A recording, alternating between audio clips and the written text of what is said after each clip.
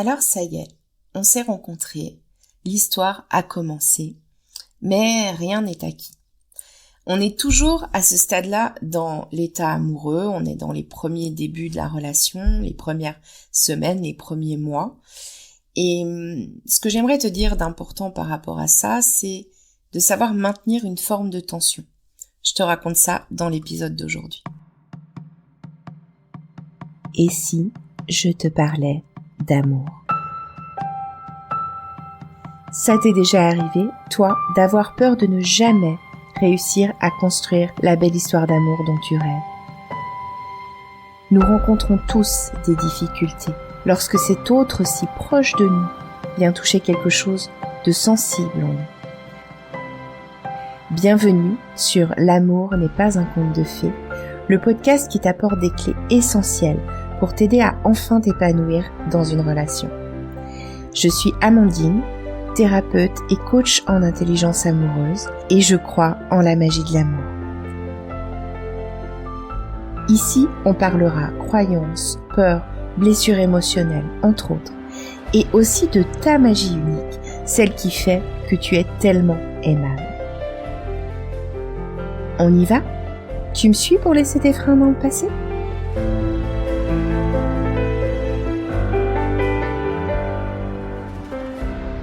Aujourd'hui, on se retrouve pour un nouvel épisode où on va donc parler de l'état amoureux dans les débuts de la relation.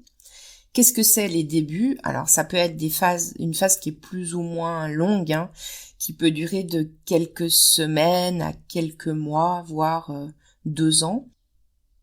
C'est encore dans la phase où on va cimenter la relation, où on va cimenter le couple. C'est le ciment que tu mets entre les briques pour que ça tienne bien correctement, tout ce que tu construis. Pourquoi j'avais envie de te faire un épisode spécial et que j'ai divisé finalement l'état amoureux en 2 épisodes, un pour la rencontre la semaine dernière et un pour le début de la relation maintenant, c'est parce que en fait les enjeux sont quand même effectivement un tout petit peu différent, surtout quand on sait que ça peut durer ce que j'appelle début de relation de quelques semaines à quelques mois. Et ce que j'aimerais te transmettre, c'est l'importance de connaître les enjeux en fait de ces débuts de relation et l'importance que ça a sur la construction de la relation qui va se construire de plus en plus au cours du temps.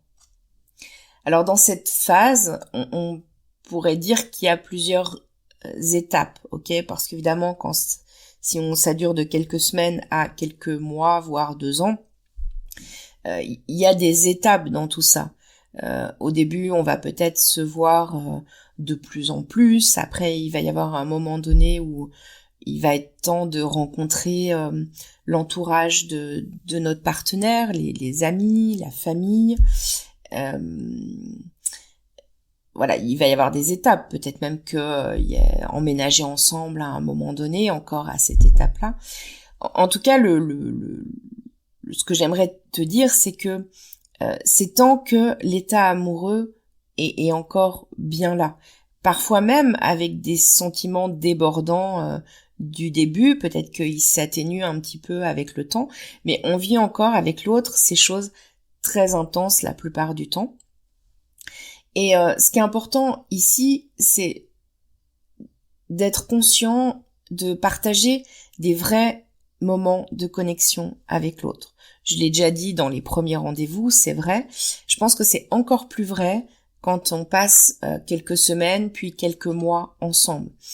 D'avoir la conscience de se rappeler que c'est important d'avoir des moments de vraie connexion ensemble, de prendre des rendez-vous pour ces connexions-là, même si on vit ensemble, par exemple.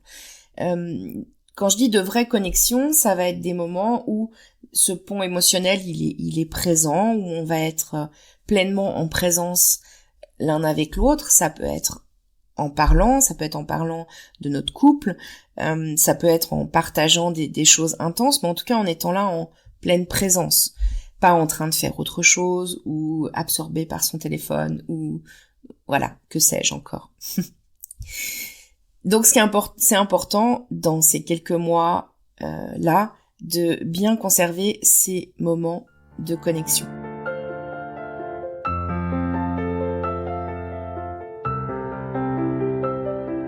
C'est important aussi, et pour ça je te renverrai à l'épisode juste avant, mais de garder une certaine forme d'indépendance. En tout cas, de garder ces moments à soi avec les choses qui nous intéressent nous, déjà parce que on plaît à l'autre pour notre unicité. Donc l'idée c'est pas d'aller fusionner avec lui. Et d'ailleurs, au passage, par rapport à la fusion, j'aimerais te dire ça. Rencontrer l'autre, qui est un être différent, c'est de toute façon pas être fusionnel, puisque en fait, c'est se confronter à sa différence que de rencontrer l'autre. Donc, en fait, quand je le rencontre, l'idée c'est pas d'aller fusionner avec lui, parce que si on fusionne, on disparaît l'un dans l'autre. C'est plutôt d'avoir la possibilité de voir le monde à travers ses yeux. C'est comme si tu pouvais à la fois voir le monde à travers tes yeux et en même temps, dans cette connexion que tu as avec l'autre, pouvoir voir le monde à certains moments à travers ses yeux, mais vous restez deux individus différents.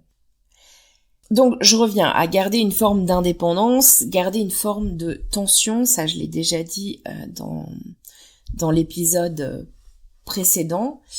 L'idée c'est toujours de pouvoir chacun se retrouver avec soi-même dans l'introspection quelque part, mais en tout cas laisser à l'autre le temps de nous manquer, nous laisser de l'espace et du temps à chacun pour prendre la mesure de l'importance que l'autre a dans notre vie. Ça, c'est super important.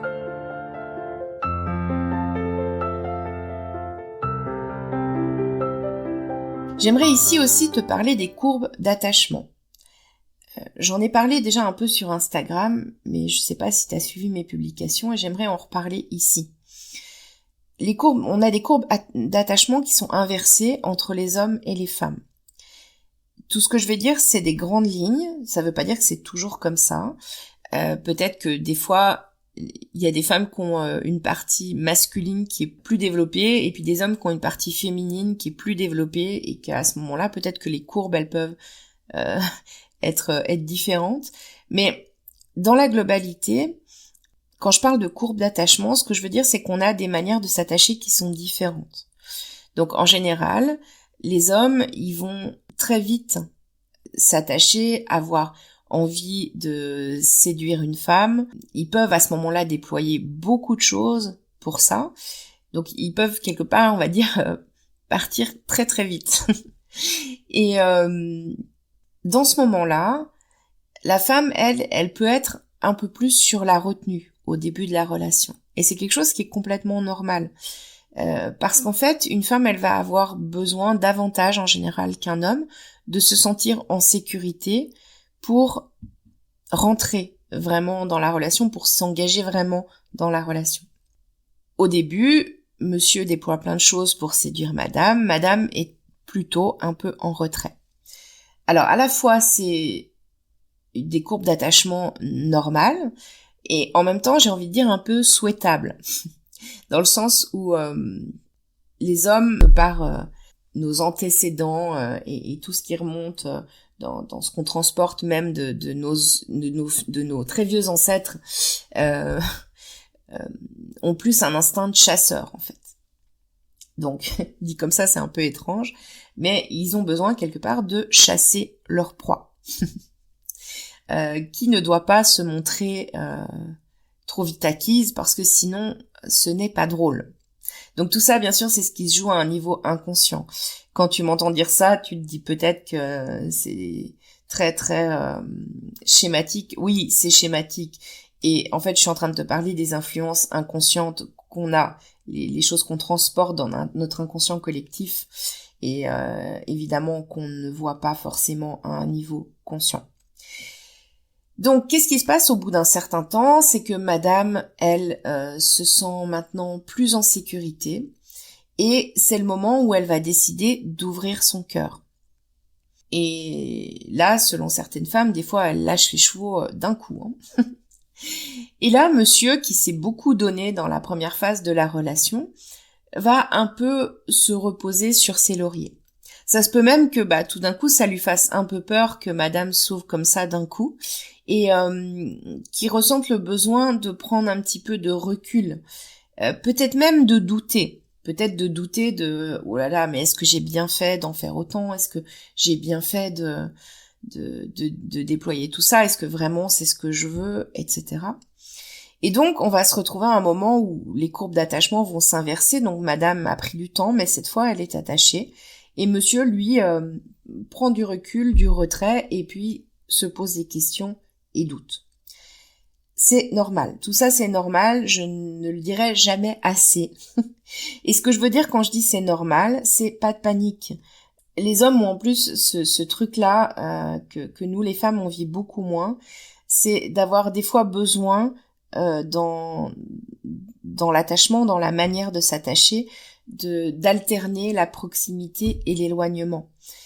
Souvent, ils peuvent avoir besoin plus que certaines femmes, en tout cas, d'avoir des moments à eux, etc.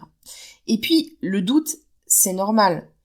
Dit-on un truc, on ne peut pas trouver de certitude tant qu'on ne sait pas questionner.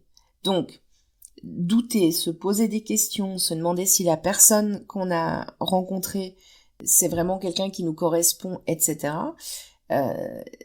C'est bien parce que en même temps, s'engager dans une relation avec quelqu'un, ça se fait pas à la légère non plus, c'est quelque chose d'important, donc le doute, c'est normal. Autrement dit, pas de panique. Si monsieur, à ce moment-là, a besoin de se mettre en retrait et de prendre de la distance, c'est ok. Laissons-lui de l'espace. J'ai envie de vous dire.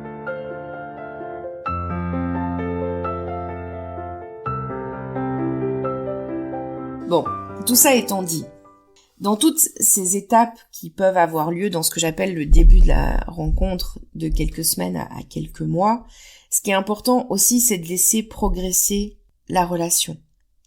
De pas chercher à mettre la charrue avant les bœufs. Pour les étapes de rencontrer l'entourage, par exemple, de vivre ensemble ou de décider de passer plus de temps ensemble ou que sais-je encore, il n'y a pas vraiment de règles. C'est-à-dire que ça doit quelque part correspondre à chacun des deux partenaires. C'est des choses que vous avez à discuter ensemble. Et en même temps, en ayant la conscience que il y a des étapes à franchir, que c'est pas la peine d'aller trop vite, que c'est pas la peine non plus de mettre des étapes avant les autres. L'idée ici, c'est juste d'observer que la relation, elle progresse tranquillement, à son rythme, mais toujours vers une évolution.